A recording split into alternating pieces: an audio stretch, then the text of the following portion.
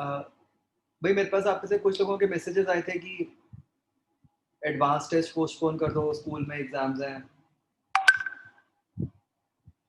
आपको क्या लगता है?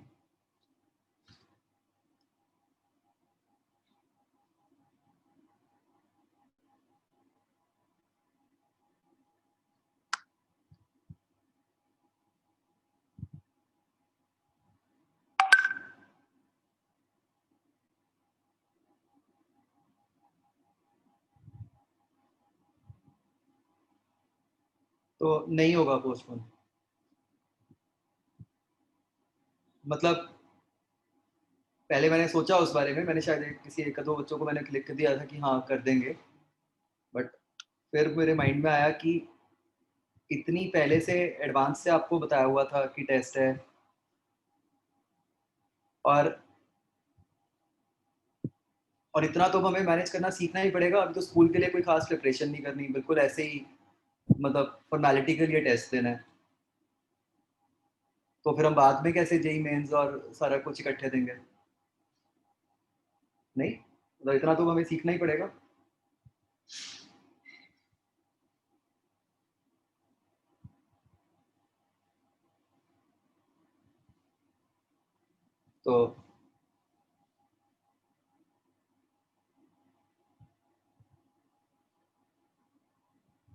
तो टेस्ट संडे को ही होगा?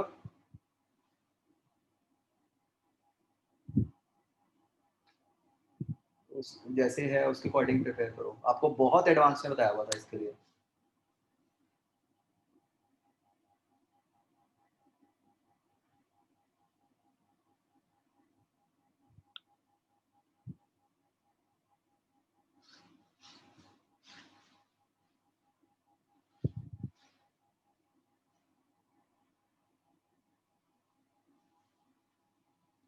एक बार मुझे बताना कितने लोगों के स्कूल एग्जाम्स हैं, मतलब चाहे इस वीक चाहे आगे।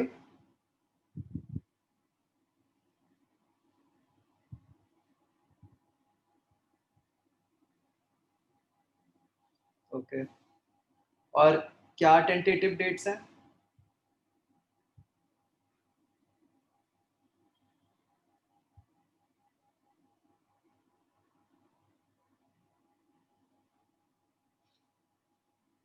उन्नीस, 22?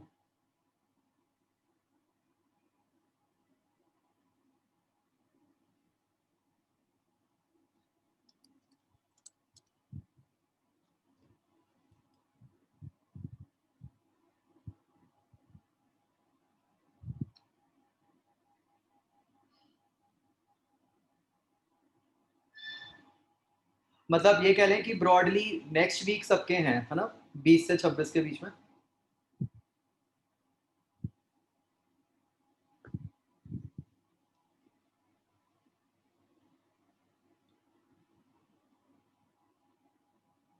चलो मैं ये करवा दूंगा बच्चों, नेक्स्ट वीक आपकी क्लासेस। भाई एक बात मैं आपको बता रहा हूँ अनऑफिशियली, स्कूल वाले तो यही कहेंगे कि जरूरी है और इसके मार्क्स लगेंगे और सब कुछ। ठीक है, बट होता कुछ नहीं है इसका। तो एमी ज्यादा सीरियस होके मत देने लग जाना, इनका कुछ नहीं होगा। मतलब बहुत स्कूल्स में तो होते ही नहीं है, और मतलब नहीं भी दोगे तो कुछ नहीं होगा। मतलब ये मैं आपको बता रहा हूँ। और अगर, और हाँ वैसे भी ऑनलाइन है यार, चीटिंग कर लो। मतलब अब ये बताना पड़ेगा क्या?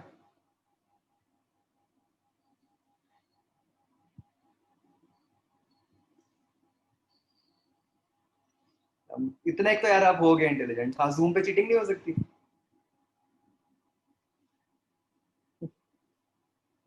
नहीं मैं नहीं कह रहा, और भी मेरा नाम लगा दो तुम।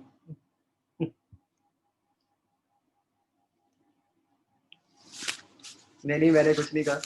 तुम नालायक हो, तुमने मेरा ही नाम बोल देना आगे कहीं पे। हाँ अब तो रिकॉर्ड भी हो जाता है। ये वाली रिकॉर्डिंग नहीं मिलेगी भाई तुम्हें।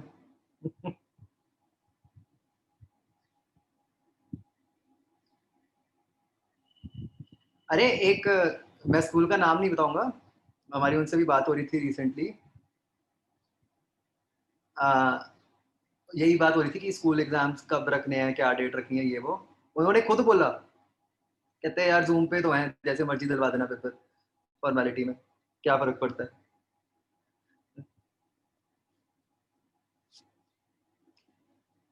तो इसलिए इतनी टेंशन मत लो, बिना पढ़े दे दो, and use all means.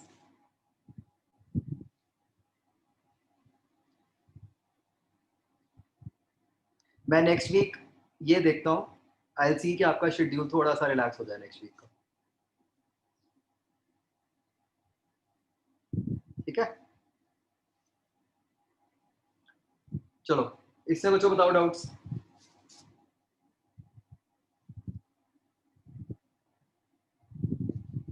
Theory first page,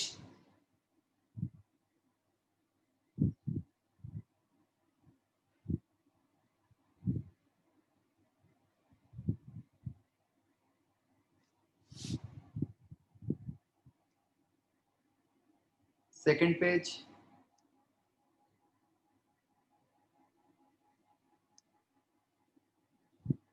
third page.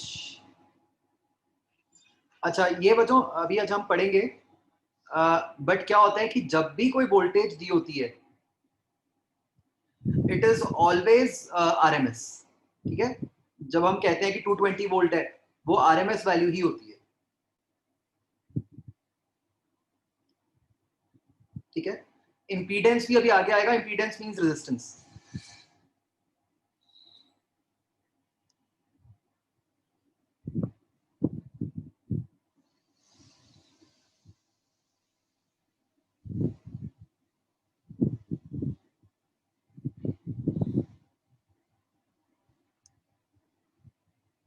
ठीक है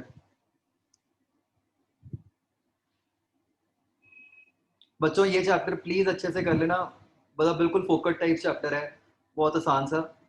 मतलब क्वेश्चन तो इससे भी एक आना ही आना है, वो पक्का सही होना चाहिए। एक्सरसाइज 0 बच्चों बताओ, ए पार्ट।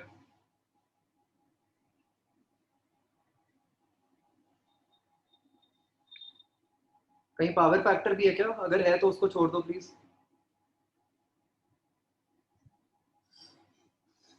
11th भी अभी छोड़ दो।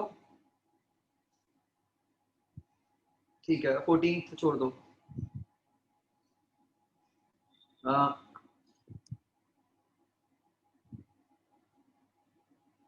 बच्चों 10th question is very important. 10th का मतलब होता है इफेक्टिव, का मतलब होता है आरएमएस।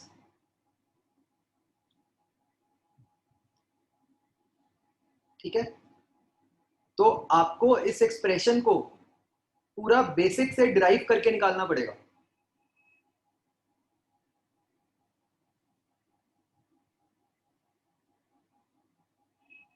ठीक है,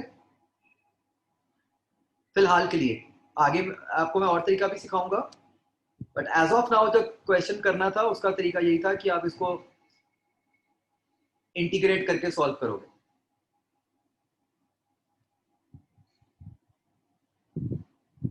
और इंटीग्रेशन में भी हमने वो जो रिजल्ट्स लिखे हुए थे उनसे सीधा ही हो जाएगा, मतलब कुछ भी नहीं है।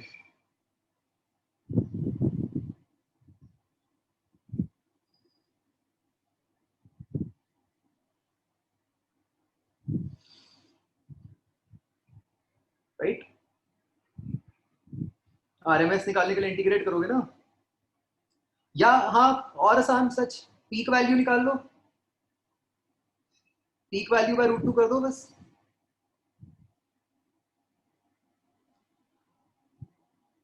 आपको वो याद होगा, हमने एसएचएम में भी ऐसे क्वेश्चंस किए थे ना, इक्वेशन दी होती थी, एम्पलीट्यूड निकाल लिया।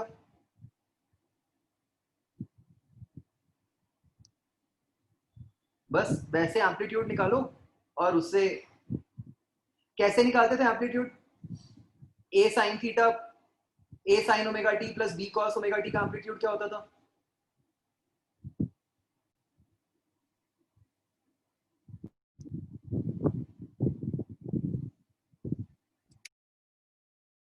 Square plus P square, right. तो बस उससे एम्पलीट्यूड आ गया, मतलब पीक वैल्यू आ गई, उससे आरएमएस वैल्यू निकाल लो।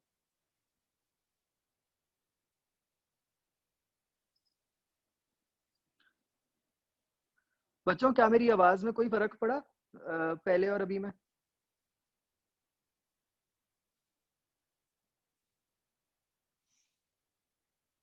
कम हो गई? मैंने तो अभी माइक लगाया था।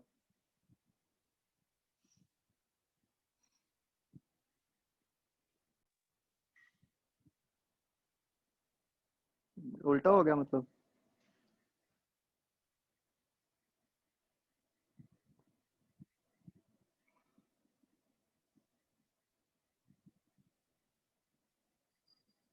चलो ठीक है।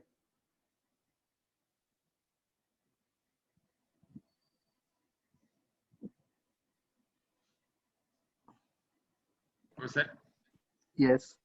सर आपकी आवाज़ ठीक थी, वो क्या हुआ मैंने हेडफोन्स लगाया ना, तो आपकी आवाज़ में जो इंक्रीज आया उसने मतलब ज़्यादा ना बढ़ जाना, इसके करके उसने खुद ही वॉल्यूम डाउन कर दिया था, इस करके कम आ रही थी। अच्छा अच्छा, ठीक है। वो होता है ना कि हाँ इतने ऊपर ना हाँ लेके जाओ। हाँ हाँ हाँ।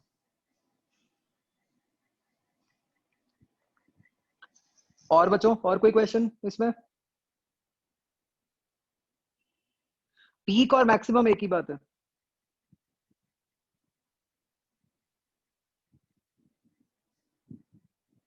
सेवेंथ क्वेश्चन, पीक वोल्टेज तो √2 से मल्टीप्लाई करके आ जाएगी, and least possible time in which voltage can change from RMS value to zero, right. तो आरएमएस टू जीरो कह दो या जीरो से आरएमएस वैल्यू कह दो, एक ही बात है। तो आप क्या करना चाहते हो कि बच्चों सारे एसएचएम वाले कंसेप्ट लगेंगे कि ये E is equal to E naught sine omega t है। आपको क्या निकालना है कि जिस टाइम पे आपकी E की वैल्यू ई नॉट बाय √2 हो जाए, राइट।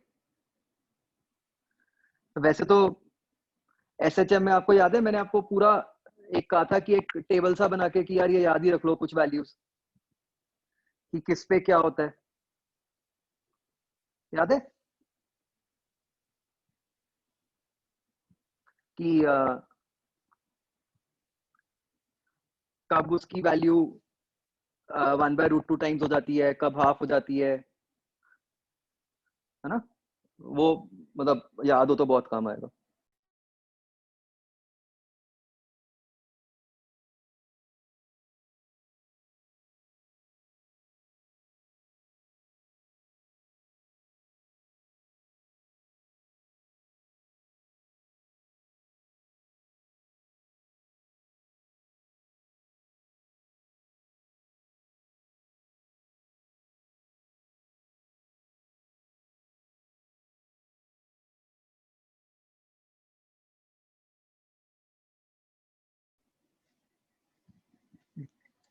हाँ जी, डन, बाकी डन।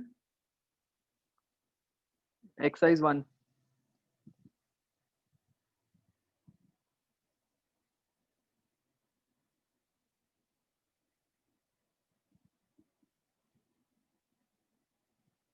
ये भी वही है ना, जीरो से मैक्सिमम वैल्यू कितना टाइम लगता है, T/4।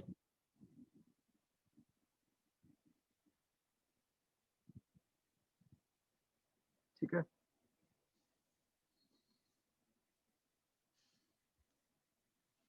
टेंथ नहीं करना अभी। एक्सरसाइज 1 में फिफ्थ का आंसर ठीक आ रहा है बच्चों? पीक वैल्यू तो 10√2 आई गई, ठीक है। हाँ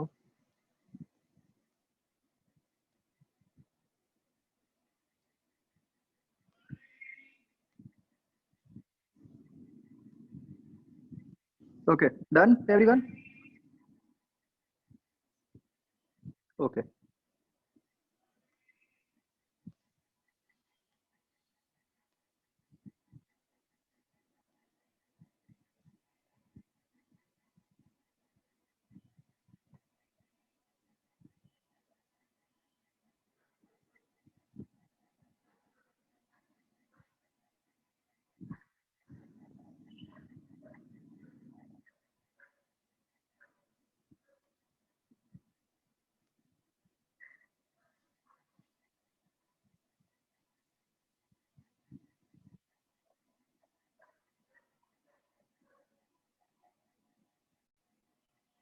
ये किसी ने ट्राई किया था?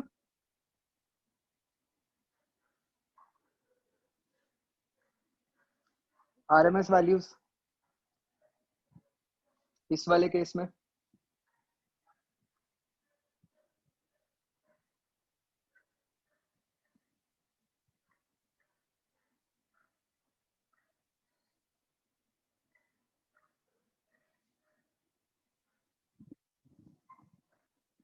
हाँ भाई बताओ, किया था ट्राई?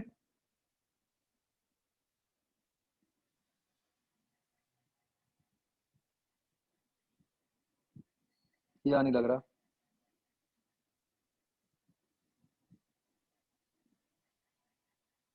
दोबारा ट्राई करना, मैं अगली क्लास में बताता हूँ इसके आंसर्स।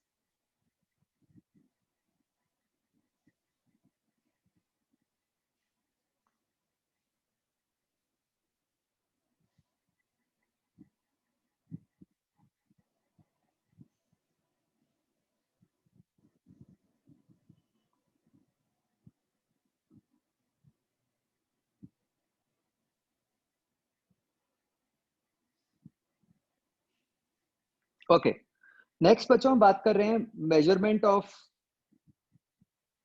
एसी की। कि जैसे हमने देखा था कि जो डीसी वाले हमारा करंट या फिर वोल्टेज है,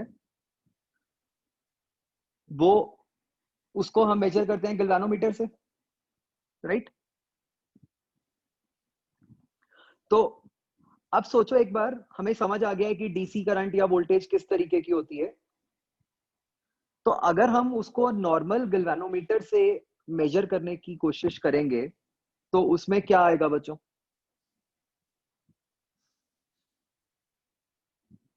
क्या होगा गैल्वेनोमीटर के साथ?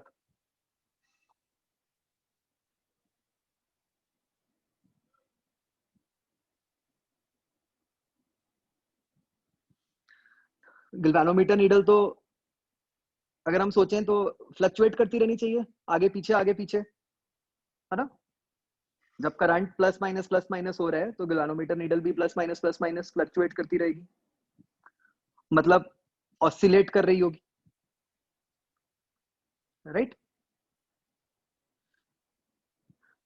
तो अब बच्चों एक बात जरा याद करो, ये हमने 11th में भी मैंने शायद आपको कहीं ना कहीं बताई थी। जस्ट इमेजिन एक प्लेटफॉर्म है, ठीक है, उसके ऊपर एक ब्लॉक पड़ा है।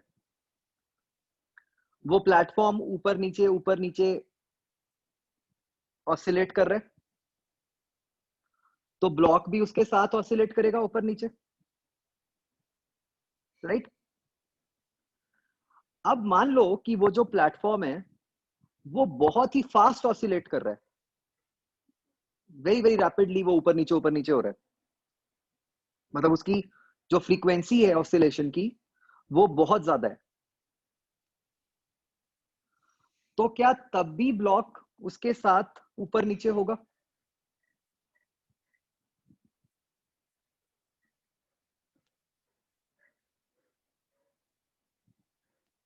नहीं होगा। क्यों?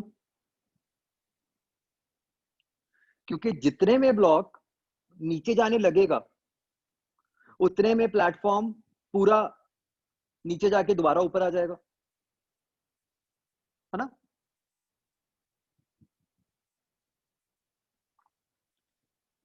तो बच्चों this is what exactly happens in cases of shock absorbers. तो शॉक एब्जॉर्बर में बेसिक जो सिस्टम है वो इस तरीके का है ना, कि एक मास एम है जो कि हम है अंदर बैठे हुए, और उसके नीचे स्प्रिंग लगा हुआ है एक तरह से, जो टायर से कनेक्टेड है। तो शॉक एब्जॉर्बर का भी कंसेप्ट यही होता है कि या तो स्प्रिंग इतना हार्ड हो कि वो ऑसिलेट ही ना करे, तो मास एम को कोई झटका नहीं लगेगा, या फिर वो स्प्रिंग इतना रैपिडली ऑसिलेट करे, इतनी ज्यादा फ्रीक्वेंसी से ऑसिलेट करे कि तो भी मास एम को कुछ पता नहीं चलेगा, वो वहीं पे ही रह जाएगा। तो क्या ये बात समझ आती है बच्चों आपको कि ज्यादा फ्रीक्वेंसी हो जाएगी, मतलब चाहे जो नीचे वाला प्लेटफॉर्म है उसकी 0 फ्रीक्वेंसी हो, मतलब मूव ही ना कर रहा हो, और अगर उसकी बहुत ज्यादा फ्रीक्वेंसी हो तो भी ये जो ब्लॉक है वो वहीं पे रह जाएगा, राइट? तो बिल्कुल यही बात होती है एसी के साथ। जो नॉर्मल एसी बच्चों हमारे घर पे आती है उसकी फ्रीक्वेंसी होती है 50 हर्ट्ज, मतलब 1 सेकंड में वो 50 साइकिल्स कंप्लीट करती है, ठीक है? Now this is a large value. तो ये इतनी फास्ट है, ये इतनी ज्यादा फ्रीक्वेंसी है कि जो गैल्वेनोमीटर, अगर हम नॉर्मल गैल्वेनोमीटर के थ्रू ये एसी पास करवाएंगे तो गैल्वेनोमीटर नीडल को रिएक्ट करने का ही टाइम नहीं मिलता, ठीक है? वो जितने में उसको लगता है करंट आगे की तरफ है, उसको आगे की तरफ जाना है, उतने में करंट पीछे की तरफ हो जाता है। फिर वो सोचती है कि पीछे की तरफ जाना है, इतने में करंट फिर आगे हो जाता है। तो नीडल मूव ही नहीं कर पाती, ठीक है? तो इसलिए एक डीसी गैल्वेनोमीटर जो होता है, it shows 0 reading with AC, ठीक है? तो ये ध्यान रखना है कि आपको पता होना चाहिए कि वो ऑसिलेट क्यों नहीं कर रहा और 0 रीडिंग क्यों दिखा रहा है,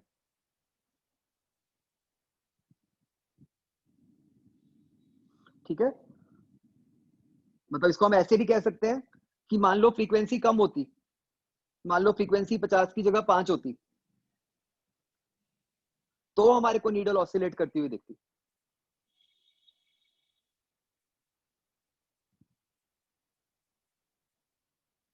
ठीक है?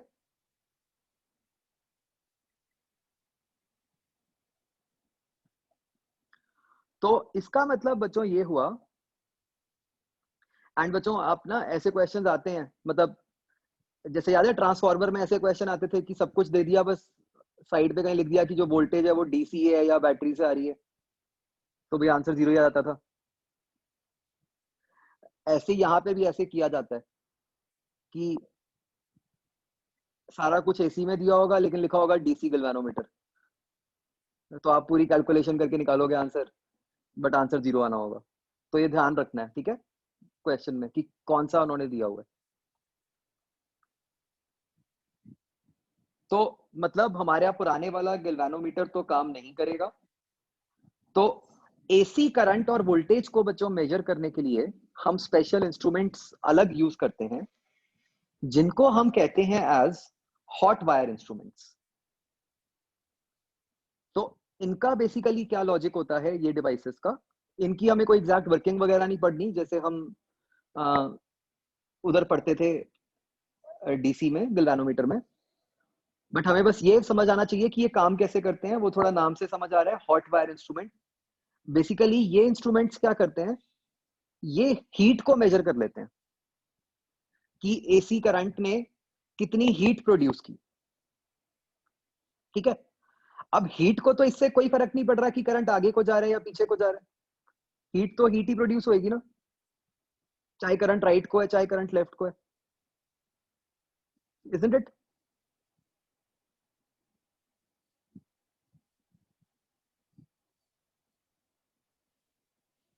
तो ये हीट मेजर करके उस हीट से फिर करंट या फिर वोल्टेज की वैल्यू निकाल लेते हैं,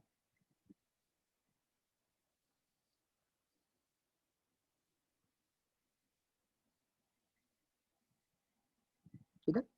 तो मतलब हमें ये थ्योरी पता होनी चाहिए रिगार्डिंग मेजरमेंट ऑफ एसी।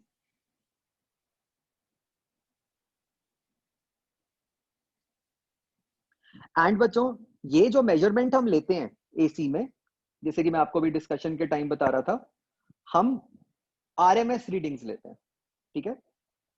हम एसी या एसी वोल्टेज या करंट में we are interested in RMS readings, तो वो तो एक कांस्टेंट रीडिंग है ना, वो आ जाएगी। मतलब सिंपल बात, अगर हम घर के अंदर अपने वैसा ही मल्टीमीटर लगाएं जो जैसे मैंने आपको दिखाया था, कोई भी सॉकेट के 2 पिंस के अंदर, तो it will show 220 volts. that 220 volt is what thing? That is RMS value of voltage. Please remember, ये जो devices हैं ये RMS रीडिंग देते हैं. हमें क्वेश्चन में जब भी कोई वैल्यू दी होती है AC करंट या AC वोल्टेज की, it is always RMS value. ठीक है, until unless it is explicitly mentioned in the question कि भाई हाँ ये पीक वैल्यू है, हमने उसको RMS वैल्यू ही लेना होता है. ये हम आगे देखेंगे अभी कि कैसे हीट से हमारे पास, जब हम एसी करंट की पावर पढ़ेंगे ना, उससे हमारे को समझ आ जाएगा कि उससे कैसे हमारे पास RMS वैल्यू आ जाती है सीधा ही.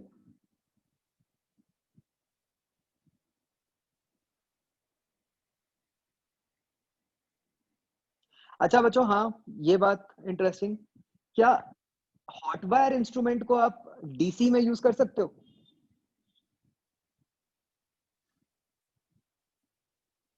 एक बार सोचो लॉजिकली.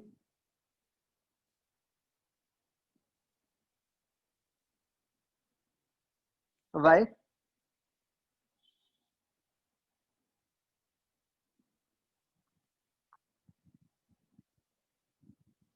एग्जैक्टली, उसने तो हीट ही मेजर करनी है. हीट तो डीसी में भी मेजर हो रही है, एसी में भी हो रही है, प्रोड्यूस हो रही है.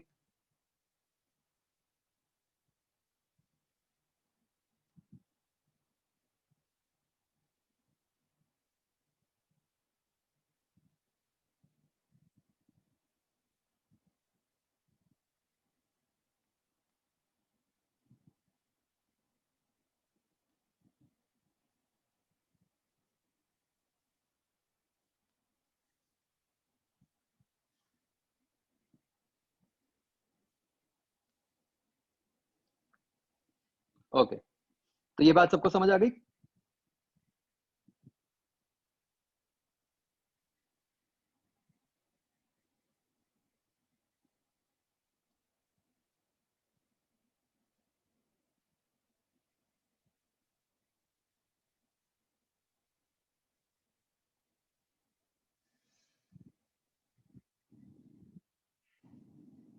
ओके, अब बच्चों नेक्स्ट हम पढ़ेंगे कि जो अलग अलग इंस्ट्रूमेंट्स होते हैं हमारे,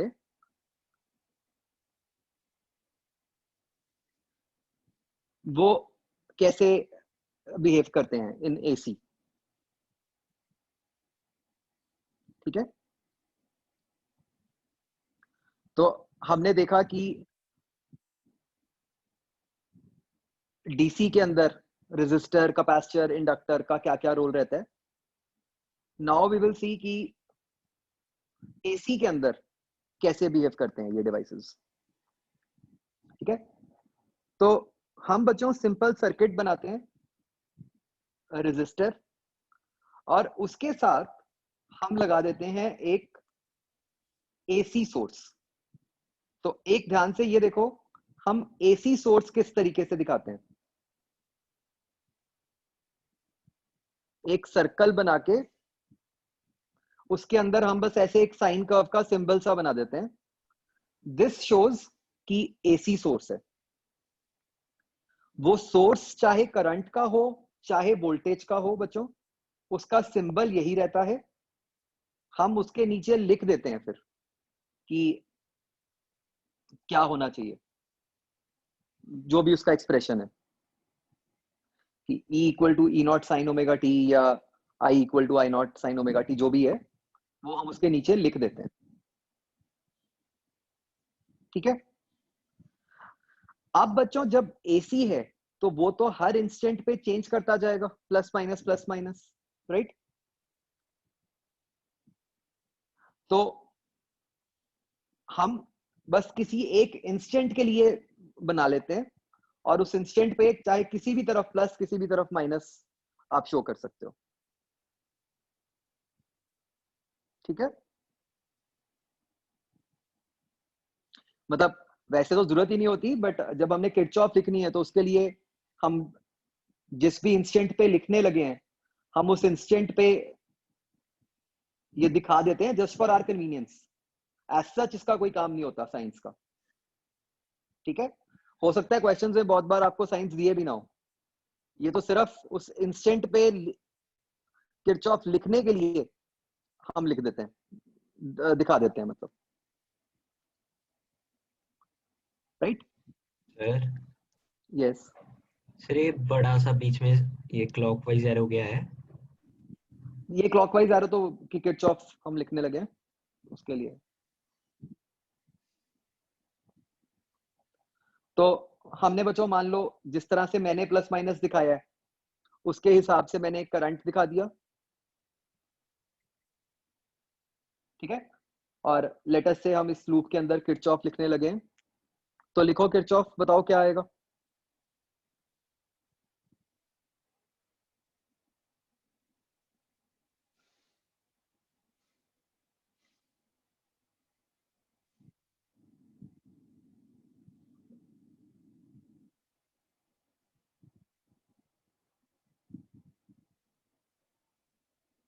किरचॉफ से बताओ करंट का एक्सप्रेशन क्या बनेगा?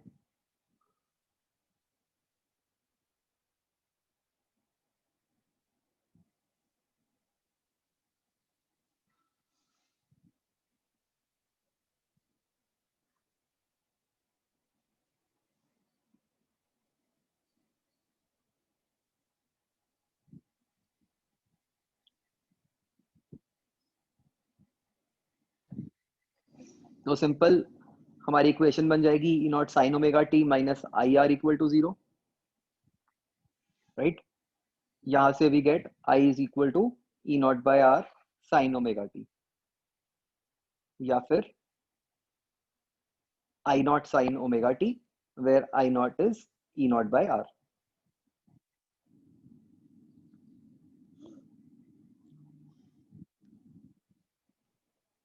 ठीक है बच्चों? तो what we can see is कि हमें क्या समझ आ गया कि ये जो करंट है ये करंट भी एसी करंट ही है। तो भाई अगर आपने एक रेजिस्टर के अक्रॉस एसी वोल्टेज अप्लाई की तो उस रेजिस्टर के अक्रॉस एसी करंट आ जाएगा, ठीक है? और वो करंट की value is still voltage upon resistance, उसमें कोई फर्क नहीं पड़ा चाहे डीसी है चाहे एसी है, वो स्टिल सेम ही बात है, राइट? एंड बच्चों हम ये देख सकते हैं कि वोल्टेज के एक्सप्रेशन में अगर साइन ओमेगा टी था तो करंट के एक्सप्रेशन में भी एग्जैक्टली साइन ओमेगा टी ही आया है। तो उससे हम क्या ये कह सकते हैं कि there is zero phase difference between voltage and current?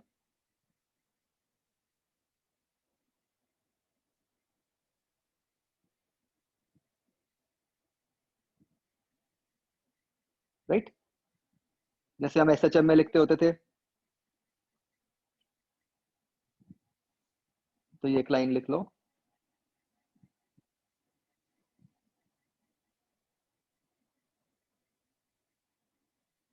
कि in a resistor there is zero phase difference between voltage and current.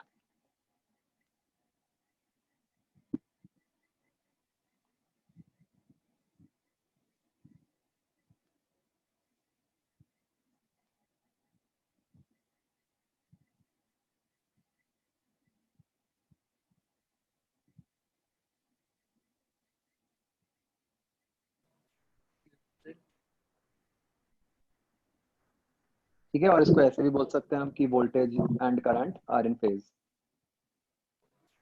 Excuse me sir. Yes. Sir जैसे हम यहाँ पर रेजिस्टर की जगह एक बल्ब भी लगा सकते हैं, जैसे हमारे घर पे वो एसी पे चल रहे हैं ना। तो सर जैसे हम देखा कि करंट जो है वो वेरी कर रहा है रिस्पेक्ट टू टाइम, तो बल्ब फ्लिकर नहीं करना चाहिए? नहीं, अगेन देखो क्या है कि जो बल्ब होता है वो हीटिंग पे बेस्ड होता है, राइट? तो जो हमने अभी बात की थी हॉट वायर इंस्ट्रूमेंट वाली, यस। तो हीट तो प्रोड्यूस हो ही रही है ना, चाहे करंट आगे जा रहा है चाहे करंट पीछे जा रहा है। और जब हम पीछे से करंट बंद करेंगे तो हीट प्रोड्यूस होनी बंद हो जाती है। हाँ, बल्ब सिर्फ हीट मतलब लाइट हीट के कारण ही प्रोड्यूस होती है सिर्फ बल्ब में? तो दो कंसेप्ट होते हैं, ओके। दो चीजें होती हैं। एक जगह तो कई डिवाइसेस तो ऐसे ही होते हैं जो सिर्फ हीट पे बेस्ड हैं, तो उन्हें कोई फर्क नहीं पड़ रहा डायरेक्शन का, ठीक है। और दूसरा कंसेप्ट है वही फ्रीक्वेंसी वाला, कि जब फ्रीक्वेंसी आपकी इतनी ज्यादा है तो जो हमारे घर पे भी जितने इंस्ट्रूमेंट्स लगे होते हैं वो चेंज को लेकर, मतलब उनको चेंज का पता ही नहीं चलता, जस्ट लाइक जो हमने अभी बोला था गिल्वानोमीटर के लिए। Okay sir. तो बल्ब भी मतलब डीसी का तो बेसिकली क्या होता है कि जो बेसिकली जो इलेक्ट्रॉन्स हैं वो ऑसिलेट कर रहे होते हैं, यस और हमारे सारे डिवाइसेस इस तरीके से बने हुए हैं कि वो ऑसिलेशन के बेसिस पे ही काम करते हैं। ओके उन्हें मतलब कोई ऐसा नहीं है कि एक पर्टिकुलर डायरेक्शन में करंट फ्लो चाहिए। Okay sir. Sir yes sir अगर हम स्लो मोशन में जो बल्ब जल रही है उसकी वीडियो बनाएं तो सर वो ब्लिंक करता हुआ दिखता होता है, वो क्यों? हाँ वही, तो वही चीज कि अगर आप फ्रीक्वेंसी कम कर दोगे तो आपको दिख जाएगा।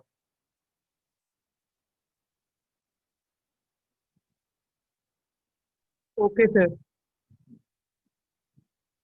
कई बार घर पे भी होता है कि हमें दिखता है कि वो एकदम डिम ब्राइट हो रहा होता है ना, तो वो क्यों हो रहा है कि जब फ्रीक्वेंसी एकदम बाई चांस पीछे से कम हो गई।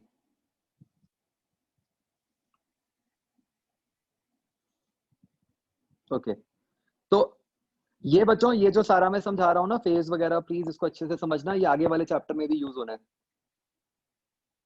तो ये फेज वाले कंसेप्ट्स जो हैं, साइन कॉस वाले, ये 3-4 चैप्टर्स में यूज होते हैं।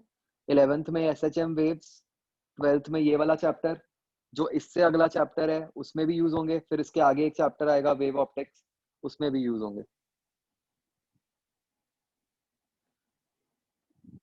ठीक है। तो यहाँ पे बच्चों अगर हम ग्राफ बनाएं तो इस तरीके से ग्राफ बन जाएगा।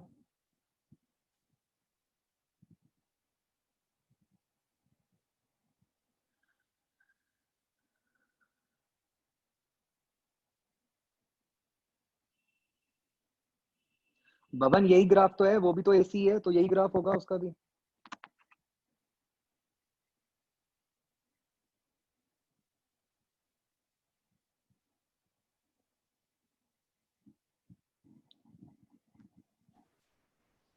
सर यस सर जो सर ओवरहेड केबल में जो करंट आता है सर, उसमें तो सर जो मैक्सिमम वैल्यू है वो चेंज नहीं होती होगी, मतलब जैसे आपको तो साइन। वोल्टेज मिलेगी ना आपको, तो जो 220 वोल्ट से। हाँ सर, वो जो वोल्टेज का ग्राफ है सर वो होएगा साइन कर्व, तो सर जो करंट का होएगा सर वो तो कुछ भी हो सकता है। वो तो वेरी करेगा डिपेंडिंग अपॉन कितनी रेजिस्टेंस है। यस सर, वही मैं कह रहा हूँ, भी तो वो साइन कर्व तो नेचर नहीं तो होएगा। साइन कर्व ही होगी। अच्छा, तो मतलब एम्पलीट्यूड चेंज हो जाएगा उसका। हाँ अच्छा ठीक है सर।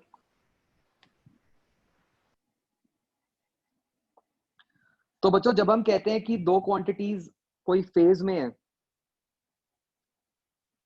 राइट, तो उसका मैथमेटिकली क्या मीनिंग है कि भाई दोनों के अंदर ही सेम बन रहा है, साइन ओमेगा टी या कॉस ओमेगा टी, उनका एक्सप्रेशन बिल्कुल सेम बन रहा है, ठीक है।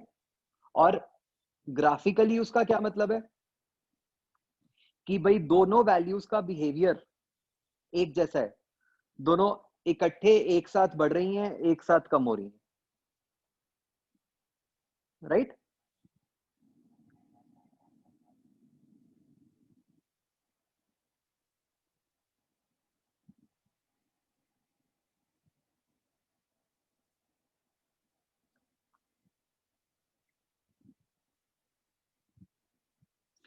बताओ ऐसा ग्राफ हमने SHM में कहां बनाया था?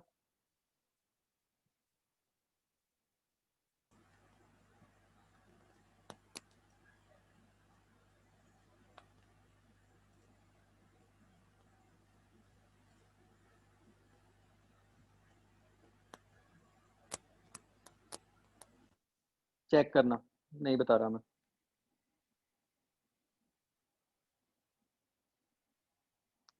नहीं ऐसे जनरल टॉपिक्स मत बताओ मुझे रेजोनेंस के,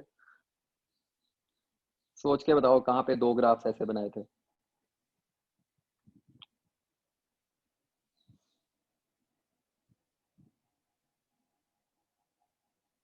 दोनों ग्राफ्स इकट्ठे जहां पे हमने ये शो किया था कि इन फेज है।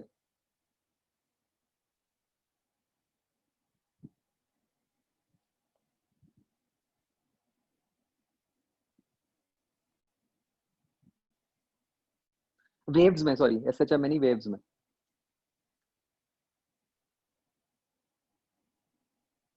यस, सुपरपोजिशन ऑफ वेव्स, जहां पे हम कंस्ट्रक्टिव डिस्ट्रक्टिव की बात करते हैं।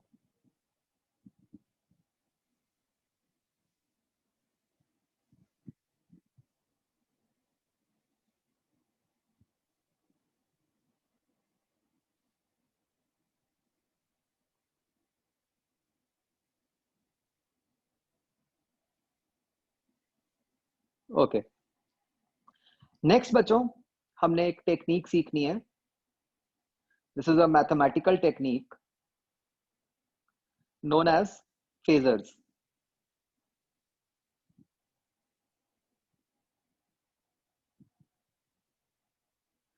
ठीक है, बहुत इंपॉर्टेंट टेक्निक है बच्चों। मतलब ये चैप्टर में जो हमने आगे पढ़ना है वो सारा कुछ इसी पे बेस्ड है, और अगर ये आ जाएगी तो जो मैंने बाकी चैप्टर्स बताए हैं उसमें भी आपको हेल्प मिलेगी। ठीक है, this is basically a mathematical technique to solve the sine cos functions, उनके लिए हम यूज करते हैं। ठीक है, इसका बेसिक कंसेप्ट क्या होता है, ध्यान से समझना। जब हम लिखते हैं कोई भी एक्सप्रेशन ऑफ द फॉर्म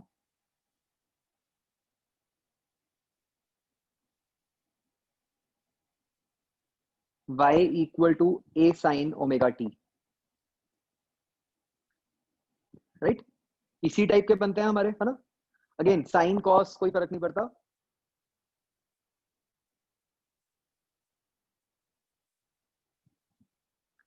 तो can it be also understood as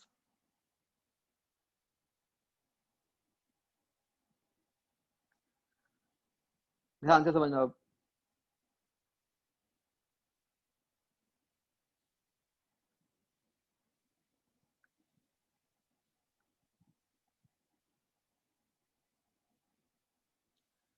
so can this be also understood as the y component of a vector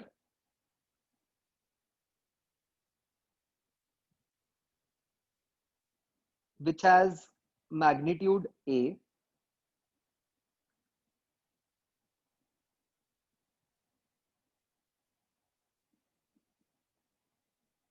and which is rotating in anti-clockwise direction with angular speed omega,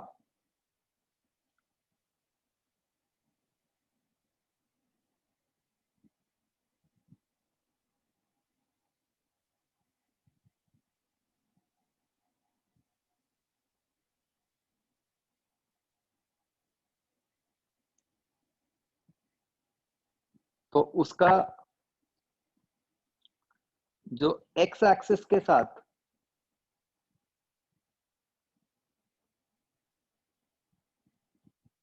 किसी भी instant पे angle बन जाएगा, that will be omega T. तो बच्चों ये जो red वाला वेक्टर मैंने बनाया, इसका y कंपोनेंट क्या डिनोट कर रहा है?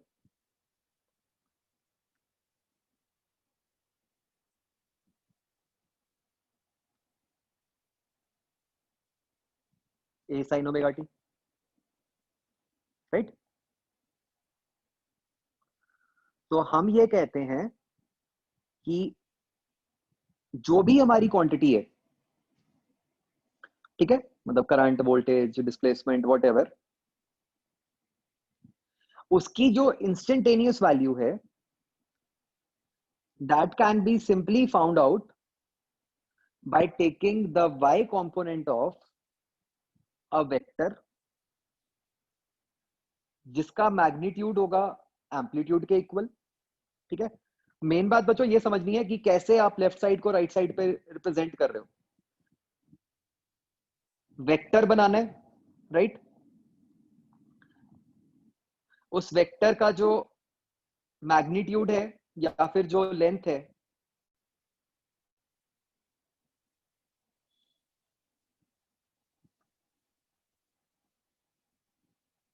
वो क्या है?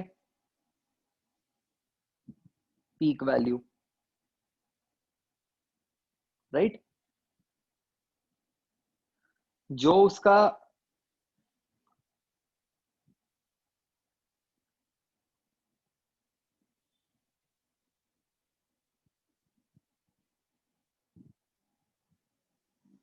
जो उसकी एंगुलर वेलोसिटी है,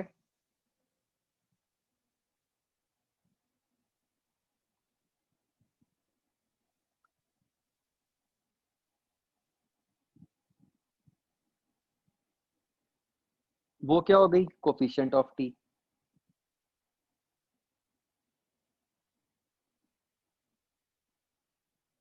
ठीक है, जो कि ओमेगा है। तो ये बच्चों हमने जानबूझ के ओमेगा यूज किया है, जो हम सर्कुलर में भी यूज करते थे ना एंगुलर वेलोसिटी के लिए ओमेगा। तो यहां पर भी ये जो हमारा फेजर है उसकी एंगुलर वेलोसिटी ही है।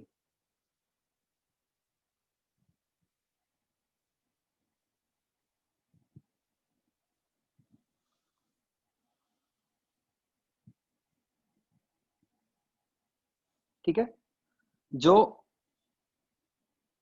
हमारे वेक्टर का एंगल हो गया,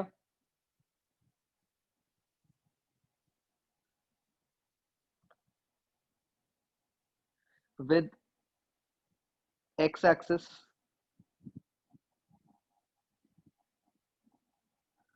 वो क्या है? But nothing but the phase.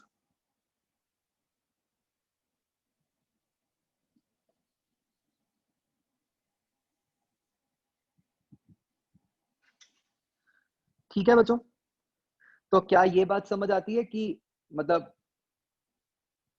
Mathematically y निकालना a sin omega t expression में पुट करके, या फिर राइट हैंड साइड पे रेड वेक्टर का कंपोनेंट निकालना, एक ही बात है।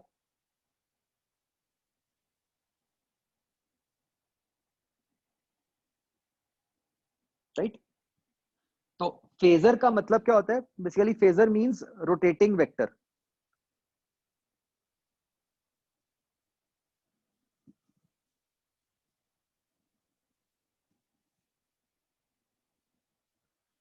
ठीक है, तो ये जो हमारा रेड वेक्टर है उसको फेजर कहते हैं हम।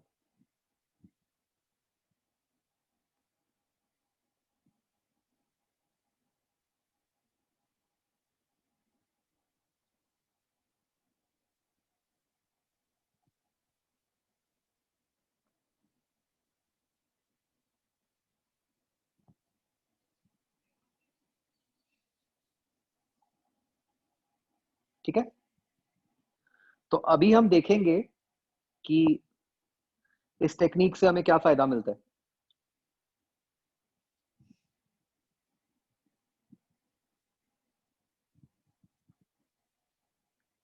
एक पॉइंट बच्चों और लिख लो कि फॉर कन्वीनियंस, अगर कुछ मेंशन्ड नहीं है क्वेश्चन में,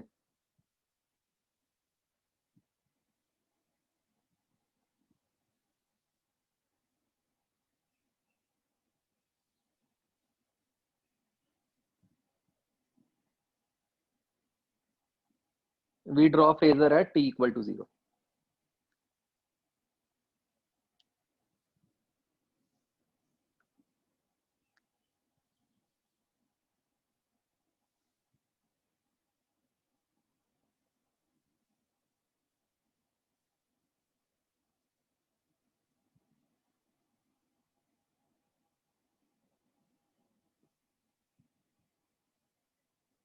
तो बच्चों इसमें पॉसिबिलिटीज और भी बहुत सारी बन सकती थी कि भाई y कंपोनेंट ही क्यों लिया, हम एंगल दूसरे तरीके से लेके x कंपोनेंट भी ले सकते थे, हम एंटी क्लॉकवाइज ही क्यों घुमा रहे हैं, क्लॉकवाइज भी घुमा सकते थे। तो वो हमने बस एक मेथड फिक्स कर लिया। ऑफ कोर्स और पॉसिबिलिटीज बन सकती थी, हमने एक फिक्स कर लिया बस, और कोई इसका सिग्निफिकेंस नहीं है।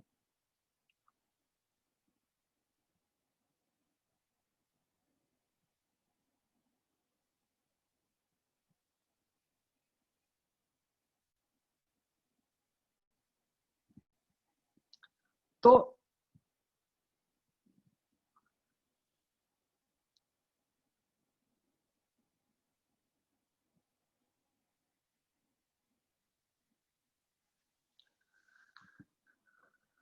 तो बच्चों जैसे कैसे हम इसको यूज करते हैं,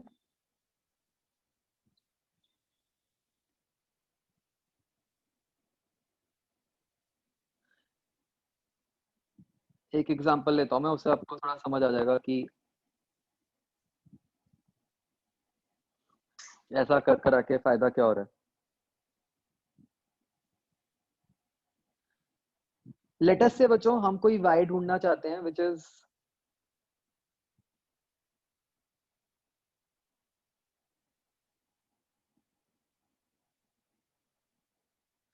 2 sin omega t plus 4 sin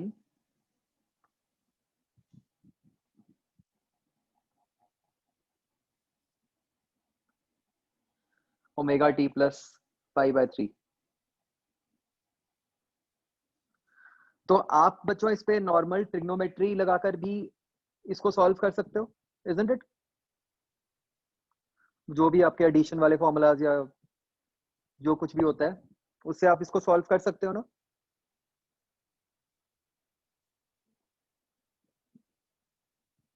अलंकृत नहीं कर सकता, बाकी तो कर सकते हैं। ठीक है,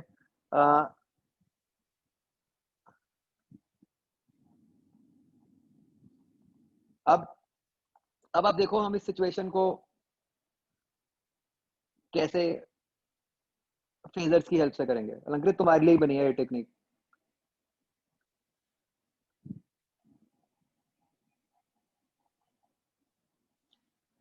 तो सबसे पहले हम बच्चों बनाएंगे जो पहले वाली क्वांटिटी है उसका फेजर। बच्चों एक ध्यान रखना, हमारे लिए फेजर्स यूजफुल तभी रहते हैं जब हम जो हमारे जो डिफरेंट एक्सप्रेशंस होंगे उन सबका ओमेगा सेम हो। ठीक है,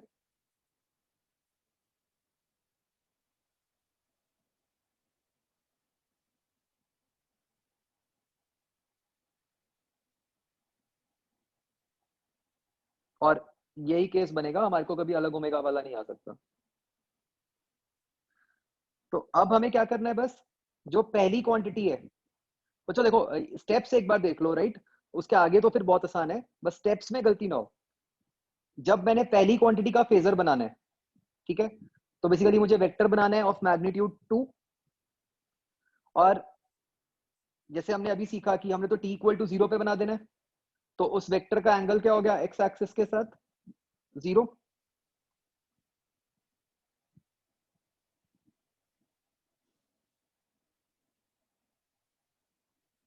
तो ये बन गया मेरा पहले एक्सप्रेशन का फेजर। दूसरा एक्सप्रेशन क्या है, 4 sin omega t plus pi bye 3, उसका फेजर क्या बनेगा बच्चों?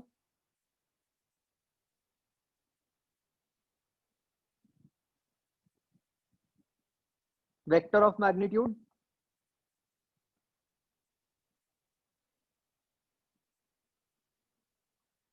मैग्नीट्यूड कितना 4, और उसका t इक्वल टू 0 पे एंगल क्या हो गया 60।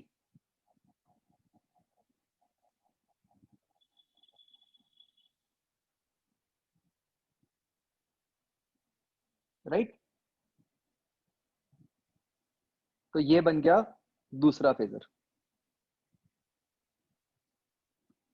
तो हम बच्चों इन दोनों क्वांटिटीज को ऐड कर रहे हैं, और फेजर्स का यूज भी एडिशन के लिए ही है, और कहीं यूज नहीं है, मतलब एडिशन या सब्ट्रैक्शन। तो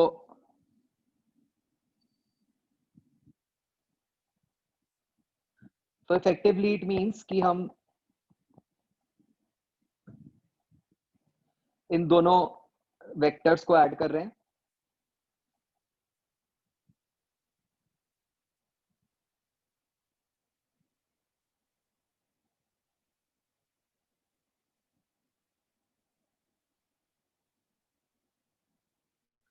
तो बेसिकली जो इनका रिजल्टेंट है वो कुछ रेड वेक्टर आ गया,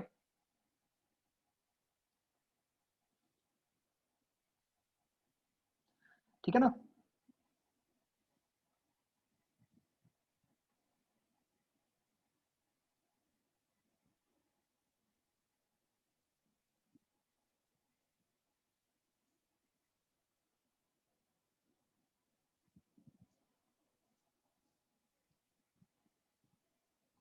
तो ये बच्चों जो रेड वेक्टर है, मुझे बताओ इसका मैग्नीट्यूड क्या बना?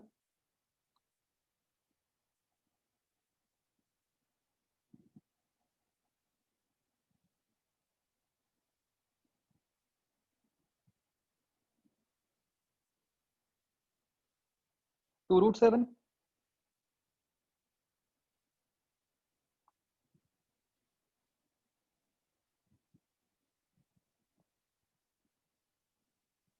एंगल फाई क्या बना?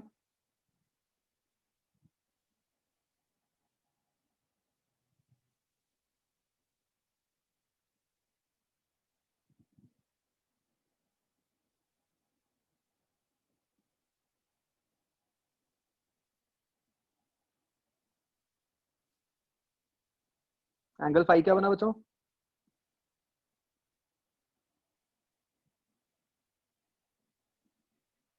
y में कितना हो गया भाई? y में 4 sin 60 हो गया, 2√3। x में कितना हो गया?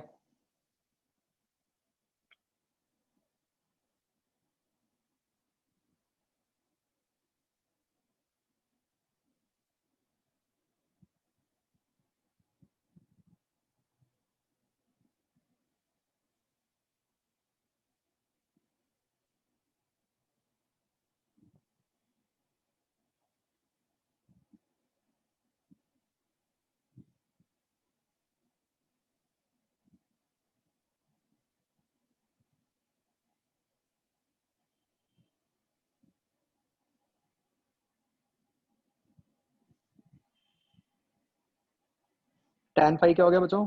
y में आ गया 2√3, x में क्या आ गया? 4 cos 60 plus 2।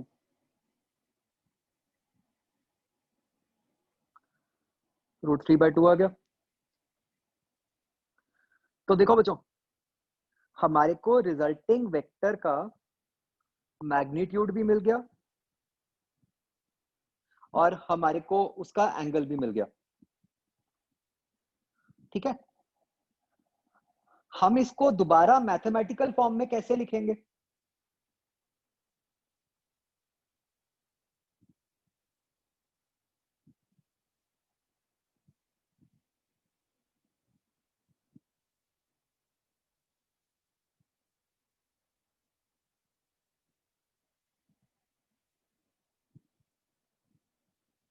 सोचो ध्यान से।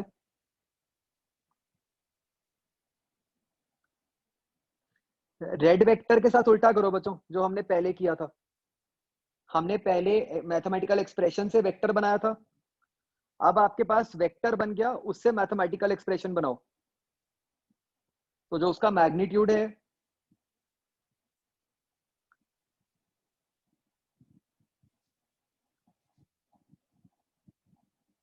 ये बन गया 2√7, राइट? और इसका एंगल क्या बन जाएगा? इसमें बस ध्यान रखना, गलती मत कर देना। ओमेगा टी तो आएगा ही, क्योंकि हमने t = 0 पे बनाया था। ठीक है ना?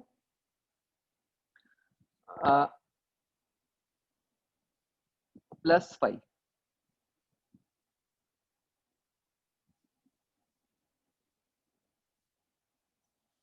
सिर्फ साइन फाई नहीं कहना, sine omega T plus phi कहना है। ऐसे सोचो, ग्रीन वाले वेक्टर को देखो, जिसका एंगल 60 था, उसके अंदर क्या लिखा हुआ था? ओमेगा टी प्लस 60 लिखा हुआ था ना। ऐसे ही रेड वाले वेक्टर के लिए आप लिखोगे ओमेगा टी प्लस फाई, जहां फाई की वैल्यू आपके पास ऊपर आ गई।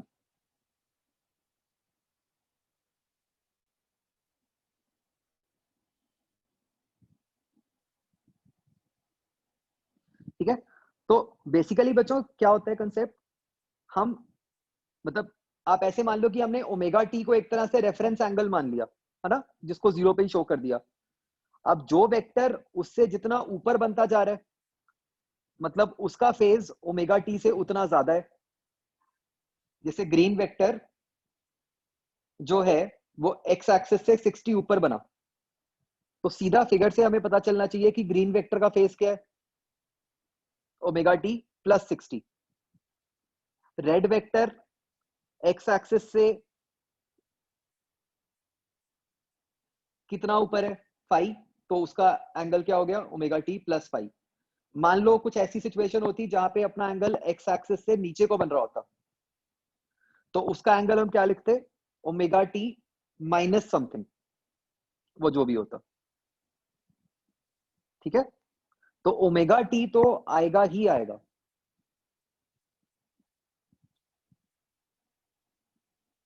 तो आप मैथमेटिकली भी करके देख सकते हो बच्चों, आपका यही बन जाएगा एग्जैक्टली।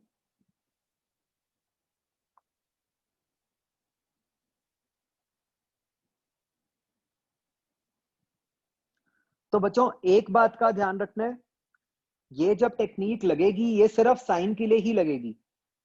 मतलब आपके जितने टर्म्स हैं वो सारी साइन में होनी चाहिए, और इसलिए जो आपका आंसर आएगा वो भी हमेशा साइन में ही आएगा। अगर आपको कॉस में या किसी में दिया भी हुआ है तो आप उसको साइन में कन्वर्ट कर लोगे।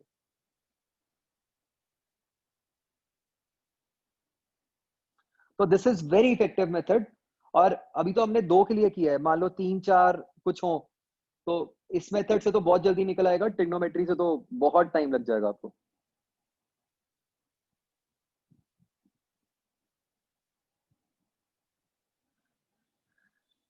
ठीक है, तो गोपाल आपने अच्छा डाउट पूछा बहुत। देखो बच्चों क्या डाउट था कि भाई हमने तो y कंपोनेंट्स ऐड करने थे, isn't it, 2 sin omega t plus 4 sin omega t plus 5/3। तो हमने वेक्टर्स का रिजल्टेंट क्यों लिया? जब हमने y कंपोनेंट्स को ऐड करना था तो हमने सिर्फ y को क्यों नहीं ऐड किया, हमने पूरे के पूरे वेक्टर को क्यों ऐड किया? तो ये टेक्निक ही है बच्चों फेजर की।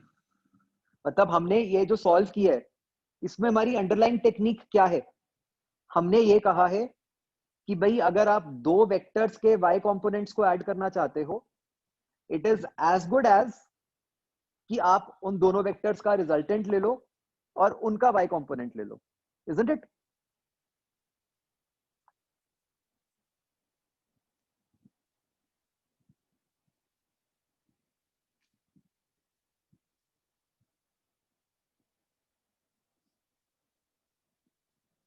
तो बच्चों ये टेक्निक सबको समझ आ गई?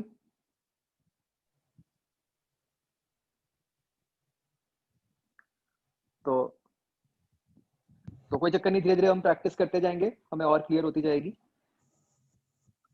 तो अब हम बच्चों जब विद दिस एग्जांपल, अब जब हम जो हम कर रहे थे, अगर हम फेजर के लिए रेजिस्टर के लिए वो बनाए अपना फेजर डायग्राम,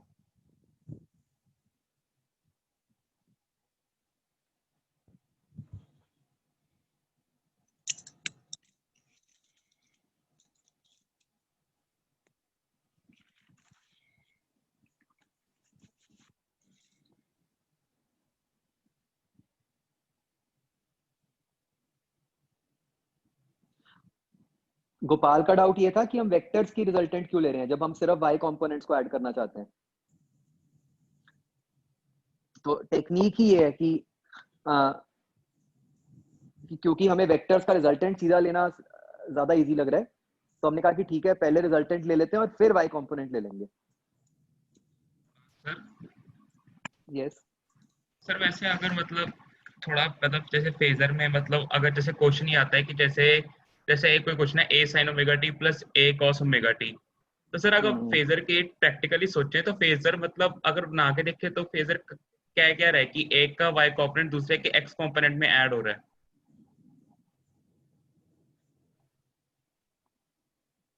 अभी देखते हैं, ये ना जो आप कह रहे हो एग्जैक्टली अभी आएगा, आगे आपको क्लियर हो जाएगा एकदम।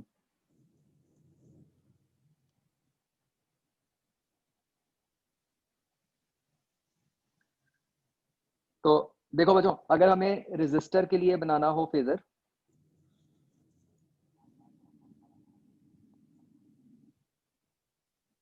तो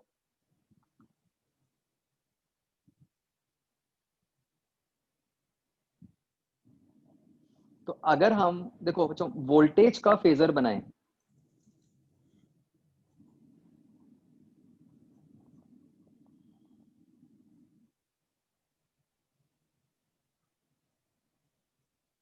वो बन गया ऐसे।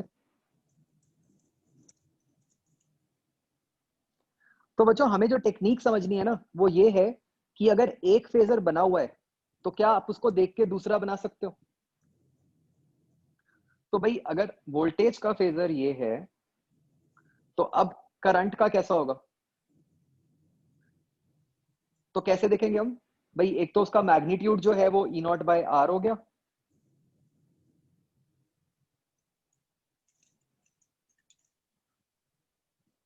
एंड हम देख सकते हैं कि एंगल तो उसका भी सेम ही बन रहा है।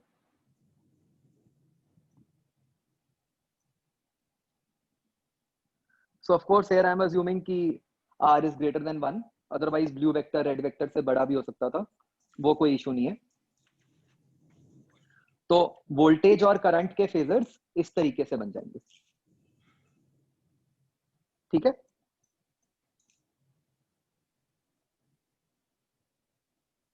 तो मतलब what you need to understand is कि रेजिस्टर के केस में जो हमने ऊपर लिखा था, याद है बच्चों? देखो मैंने आपको क्या समझाया था कि जब हम कहते हैं कि दो क्वांटिटीज इन फेज हैं,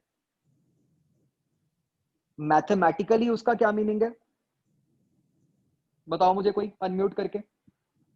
मैथमेटिकली दो क्वांटिटीज का इन फेज होने का क्या मतलब है?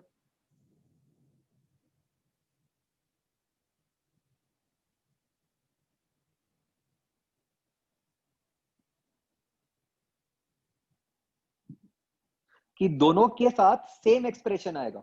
ये देखो कि अगर वोल्टेज के साथ साइन ओमेगा टी आ रहा है तो करंट के साथ भी एग्जैक्टली साइन ओमेगा टी आया, ठीक है। देखो मतलब देखो जो मेरे पास आंसर्स आए, मेरे पास एक आंसर आया सेम एंगल। सिर्फ सेम एंगल कहना गलत है, क्योंकि हो सकता था एक में साइन में आ जाए और एक में कॉस में आ जाए, तो ये नहीं कह सकते। सिर्फ ये कहना कि सिर्फ कि दोनों में साइन आएगा या दोनों में कॉस आएगा, ये भी गलत है, कि साइन के अंदर भी तो लगा सकते हैं। हमें क्या कहना है कि एग्जैक्ट पूरे का पूरा एक्सप्रेशन सेम होना चाहिए इन फेज में, कि अगर एक के साथ साइन ओमेगा टी आ रहा है तो दूसरे के साथ भी साइन ओमेगा टी ही आएगा। ये बात समझ आई बच्चों? बोलो भाई कुछ, यस नो?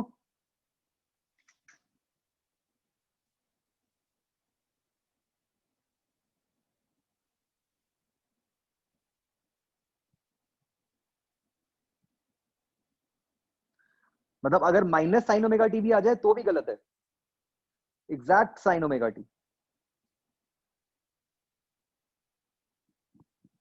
और यस चाहिए भाई मुझे, यूट्यूब टाइप्स, तभी आगे बढ़ूंगा मैं।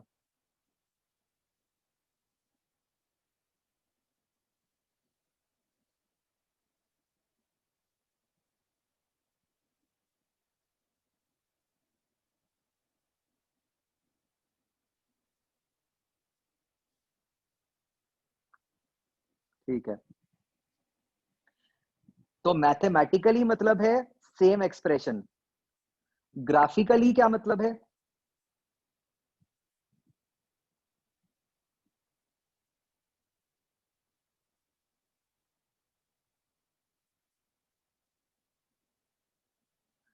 कि इकट्ठे ऊपर जा रहे हैं और इकट्ठे नीचे जा रहे हैं,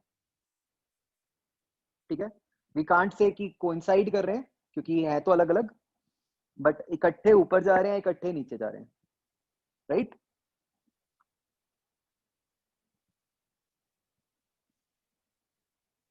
और इन टर्म्स ऑफ फेजर्स क्या मतलब है?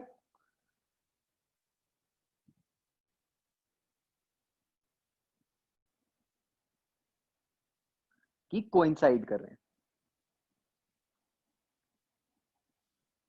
तो व्हेन यू से कि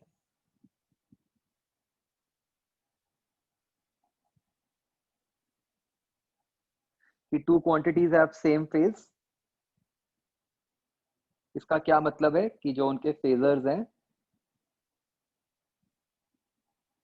they will be coinciding with each other.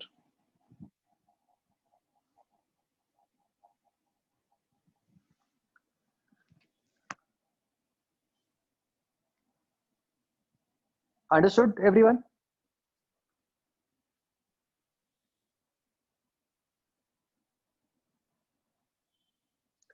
ठीक है, सारे लिख लो बच्चों, मतलब ये खुद से कंप्लीट करके लिखना जो मैंने आपको सेम फेज के 3 अलग अलग फॉर्म्स बताई।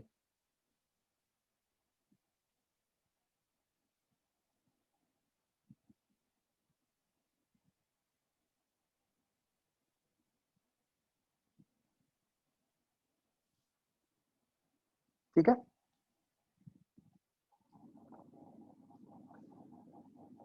अब बच्चों बिल्कुल ऐसे ही हम पढ़ते हैं कैपेसिटर के लिए।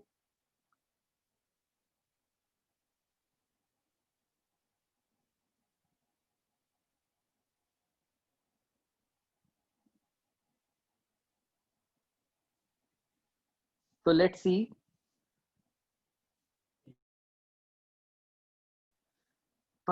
कि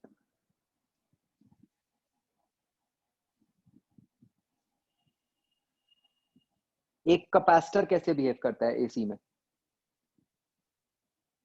तो बिल्कुल वही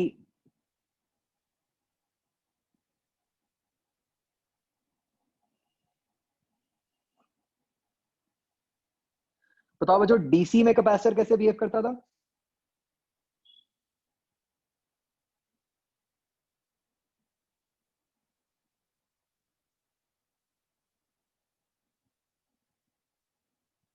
नहीं, करंट के साथ एनर्जी तो स्टोर करता था, बट करंट के साथ क्या होता था।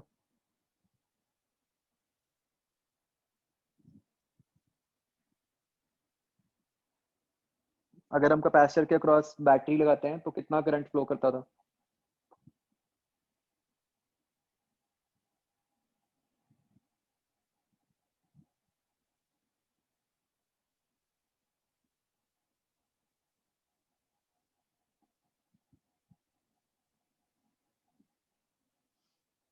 तो स्टेडी स्टेट में 0 हो जाता था, है ना।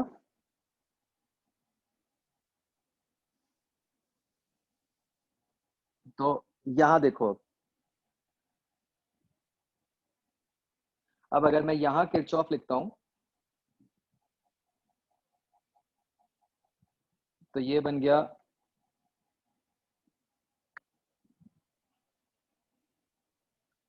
E naught sine omega T minus Q by C equal to 0। तो यहां से बच्चों आ गया हमारे पास कैपेसिटर के ऊपर charge C E naught sine omega t. ठीक है, now we are interested in current not charge. तो अब करंट कैसे लिखूं मैं।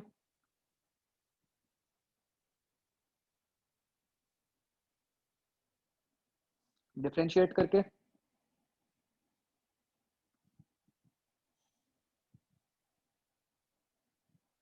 तो I is equal to d q by d T.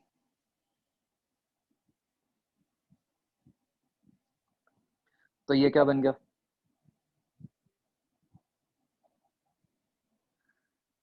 E naught C omega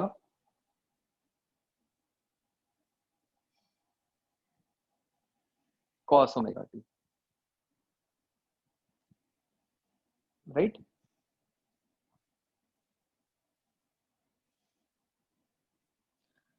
तो बच्चों इसको हम साइन की फॉर्म में लिख देते हैं, क्योंकि हमने अभी समझा कि सारा कुछ साइन में लिख देना चाहिए। तो बच्चों इसको मैं देखो इस तरह लिख रहा हूं,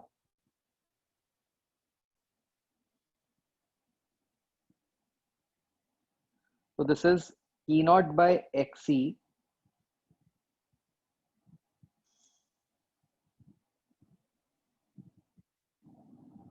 sign omega T plus pi by 2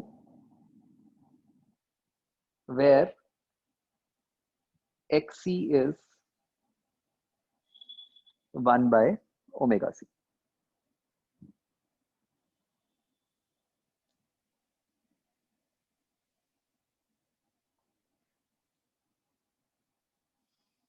देखो बच्चों, ये बात समझ आ रही है?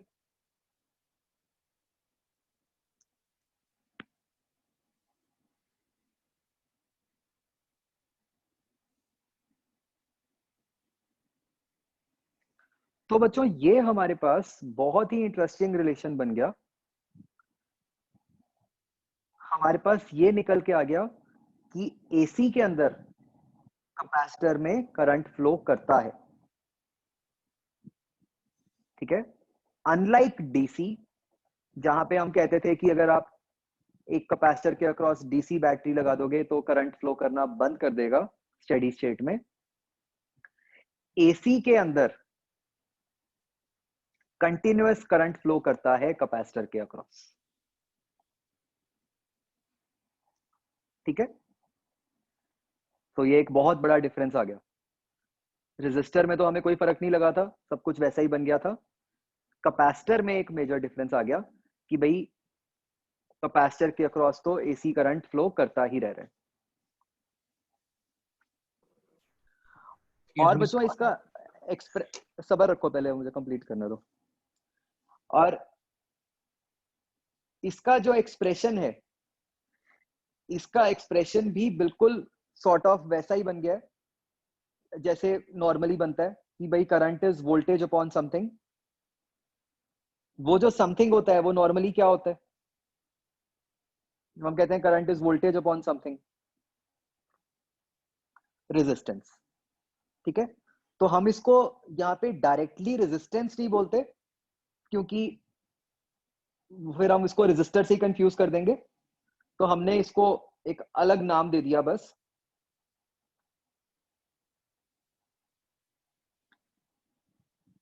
जिसको हम बोल देते हैं एज रिएक्टेंस, ठीक है। काम ये रेजिस्टेंस वाला ही कर रही है, ठीक है।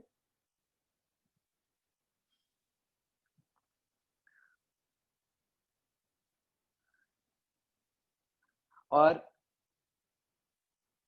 जो एक मेजर डिफरेंस आ गया, अगर हम कहते हैं कि रेजिस्टर ही होता वर्सेस जब हमने कैपेसिटर यूज किया है, वो ये है बच्चों कि एक तो पहली बात ये कि ये जो रिएक्टेंस क्वांटिटी है, ये रिएक्टेंस सिर्फ कैपेसिटर की प्रॉपर्टी नहीं है, ये रिएक्टेंस ओमेगा पे भी डिपेंड कर रहा है। तो वो सोर्स पे भी डिपेंडेंट है,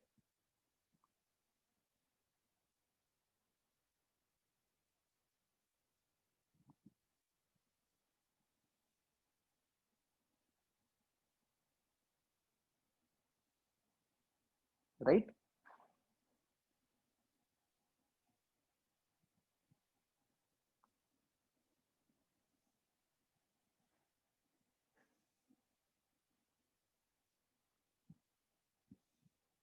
इसके यूनिट्स ही बच्चों ओम ही बनेंगे रिएक्टेंस के।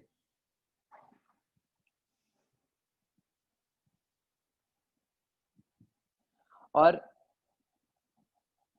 जो बच्चों मेजर डिफरेंस आया है, एक तो ये कि चलो जो ये वैल्यू है वो ओमेगा पे डिपेंड कर रही है। दूसरी बात, आप देखो वोल्टेज के अंदर एक्सप्रेशन था साइन ओमेगा टी, करंट के अंदर एक्सप्रेशन बन गया है omega T plus pi by 2। तो क्या मतलब हुआ इसका?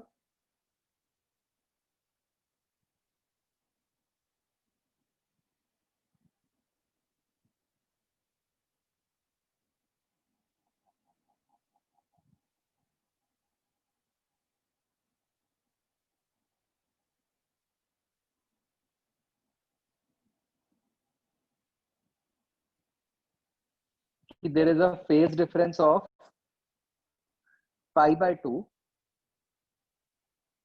between current and voltage।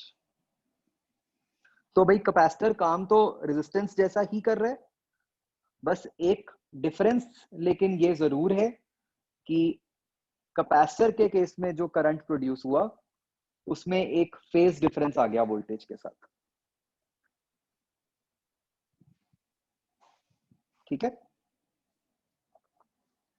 तो अगर इस केस में हम ग्राफ बनाएंगे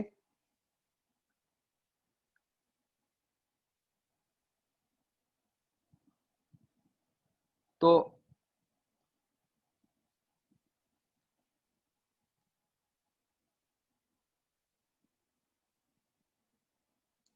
अगर ये ग्राफ वोल्टेज का है बच्चों, तो बताओ करंट का ग्राफ कैसा होगा?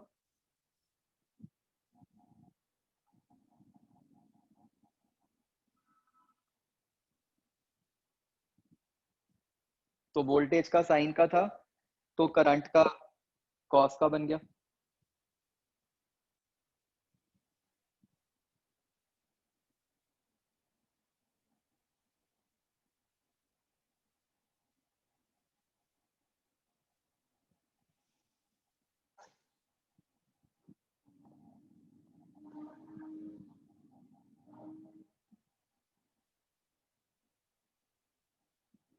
And so on. ये मैंने कोइंसाइडिंग दिखा दिया, ये गलत हो गया।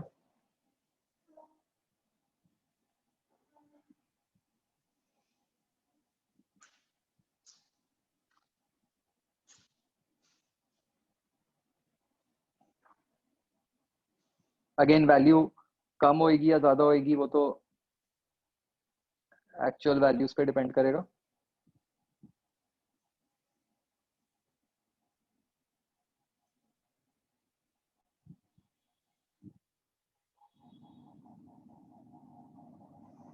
तो इस तरह से बन जाएगा।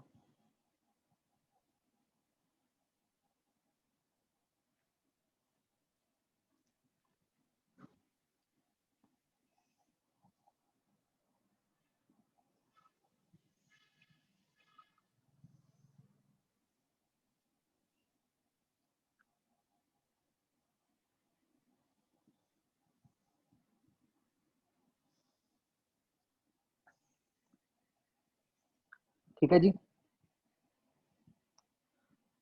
और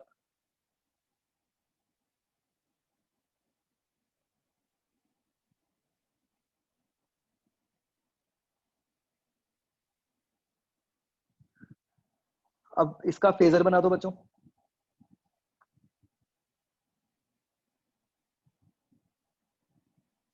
ध्यान से बनाना फेजर।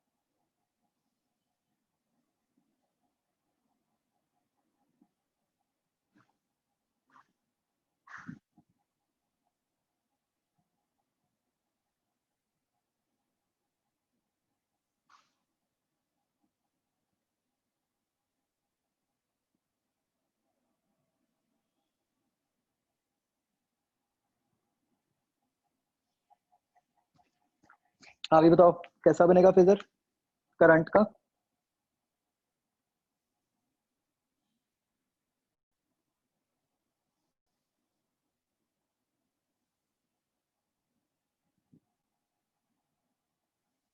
तो भाई इसका ओमेगा टी था, उसका omega T plus pi by 2 हो गया।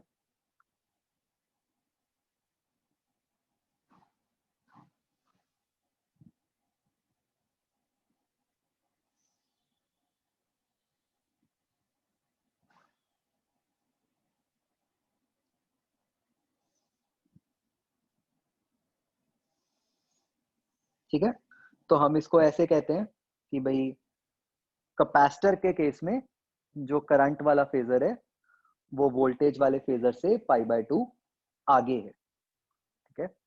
मैंने आगे इसलिए बोला क्योंकि हम एंटी क्लॉकवाइज डायरेक्शन को प्लस मानते हैं।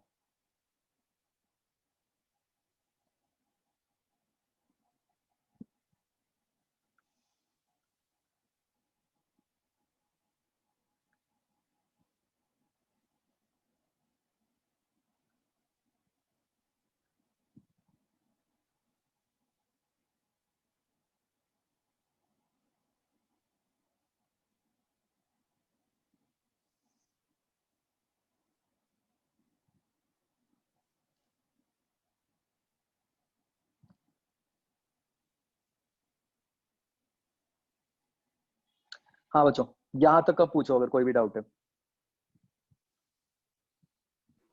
Sir yes. सर जैसे अगर हम कैपेसिटर को डीसी सर्किट डीसी बैटरी के अलॉन्ग लगाते थे तो उसके एक जो एंड होता था कैपेसिटर का, वहां पे चार्ज इकट्ठा होता था, दूसरे से निकलता रहता था और सर्किट चलता रहता था। एसी में ऐसे फिजिकली क्या हो रहा है? एसी में चेंज होता जा रहा है।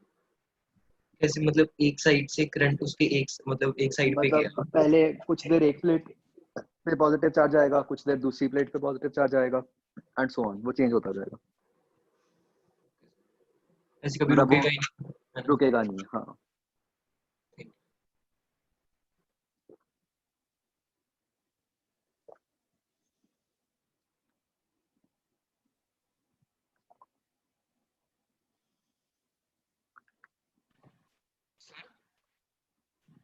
यस। यहाँ पे मतलब कैपेसिटर के क्रॉस अगर करंट जाएगा तो मतलब कैपेसिटर क्या कर रहा है? ये कि यहाँ पे वो एनर्जी लूज करेगा? नहीं नहीं। मतलब बेसिक काम तो अपना वही रखेगा ना जो पहले था। हाँ, काम तो वही है, वो कोई फर्क नहीं अच्छा, है। ओके। हाँ, ये तो यस, यहाँ पे वैसे एनर्जी वाला पार्ट अभी आगे आएगा, बट आप इससे समझ सकते हो कि जैसे चार्ज जो है वो साइन ओमेगा टी की फॉर्म में है, तो अगर हम उसकी एनर्जी निकालेंगे तो एनर्जी भी, क्योंकि क्यू स्क्वायर बाय 2c होती है, तो एनर्जी भी साइन स्क्वायर की फॉर्म में ही आएगी।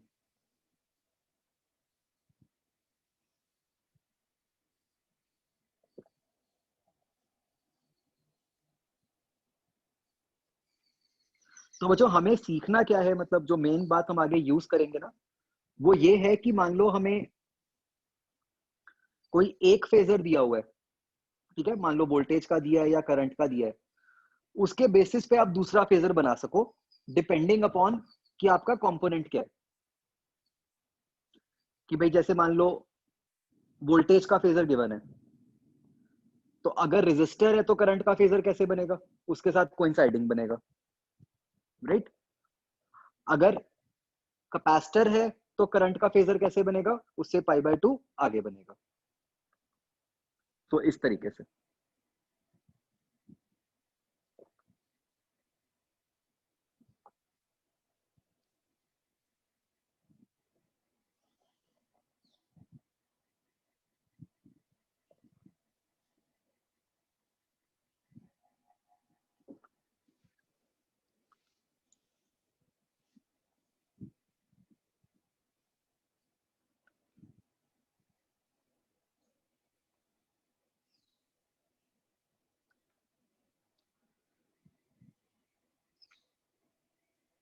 चलो ठीक है बच्चों, दैट्स इट।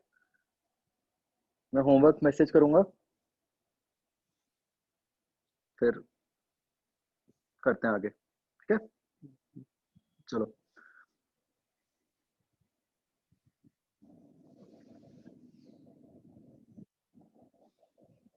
मैग्नेटिज्म एक्सरसाइज 3 की डिस्कशन मैं बता देता हूँ, प्लान कर लेते हैं, रख लेते हैं।